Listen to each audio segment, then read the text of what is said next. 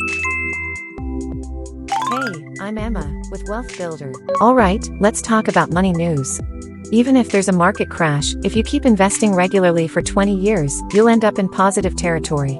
This is about the importance of regular investing, learning from financial crises. The recovery of your profits actually precedes the recovery of stock prices. The news is that if you continue to invest regularly, the recovery from a market crash will be faster. When stock prices plummet, it really gets you down, right? You might not even want to look at your brokerage account screen. You might regret ever getting into investing. You might even think about stopping your regular investments. I think there are quite a few people who feel this way. But if you're buying index funds, I want to urge you to keep investing regularly without getting discouraged. If you continue to invest regularly, your asset recovery will be faster.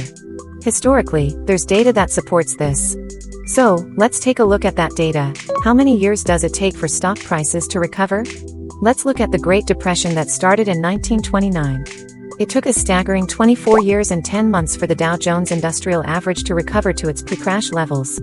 However, if you had continued to invest regularly during that time, your returns would have started to become consistently positive in about 13 years and 3 months. That's a recovery that was 11 years and 7 months faster compared to just leaving your investments untouched. So, why does something like this happen? Let's try to get a sense of it with a simple numerical example. If you buy one share of Wealth Builder stock at $100, your acquisition cost is $100. Now, let's say a market crash happens. If the stock price drops to $70, naturally your asset value also becomes $70. Your asset value won't return to the original $100 until the stock price recovers to $100. So far, so good, right? Next, let's consider the case of regular investing. You buy one share of Wealth Builder stock at $100, so your acquisition cost is $100. Then, a crash occurs, and the stock price drops to $70, just like before. Up to this point, it's the same as the first scenario. But this time, you shout, "I will absolutely not stop my regular investing." And you buy one more share. As a result, your average acquisition cost becomes $85.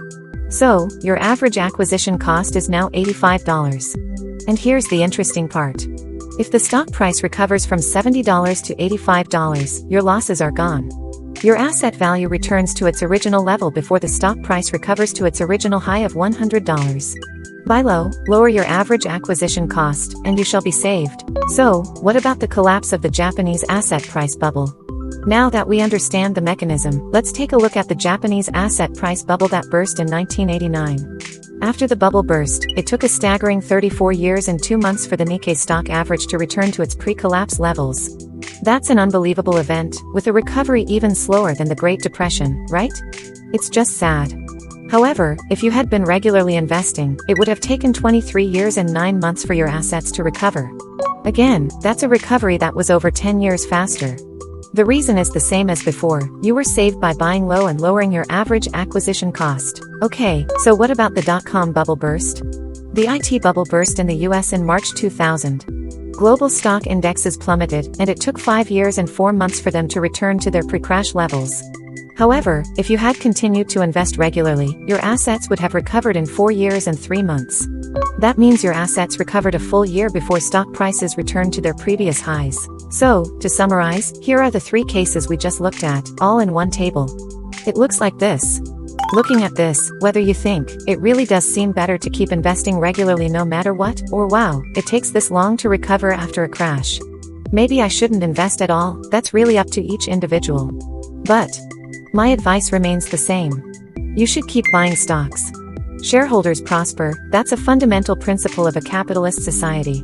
Even with the once-in-a-century global financial crisis that went down in history, assets recovered in less than 15 years. And of course, it's not just about recovering. After that, they go on to double or triple.